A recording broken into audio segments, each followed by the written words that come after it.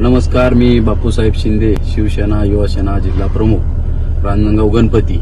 सकाळी मी जिमला जात असताना मला एक बीडच्या कामगाराचा फोन आला की तुमच्या रांजणगावमध्ये सुखकर्ता लॉन्स या ठिकाणी 43 मुलं व 17 मुली या ठिकाणी ठेवलेल्या आहेत, त्यांना खूप त्या ठिकाणी त्रास चालू आहे।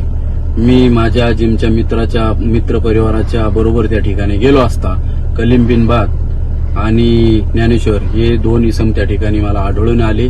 मी त्यांना विचारपूस केली असता त्यांना कुठल्याही कंपनीचं नाव सांगता आलं नाही। त्यानंतर मी मुलं आणि त्या मुलींबरोबर चर्चा केली की त्यांनी आम्हाला सांगितलं की आम्हाला या ठिकाणी फक्त त्यांनी 2-3 दिवसापासून आणून ठेवलेले।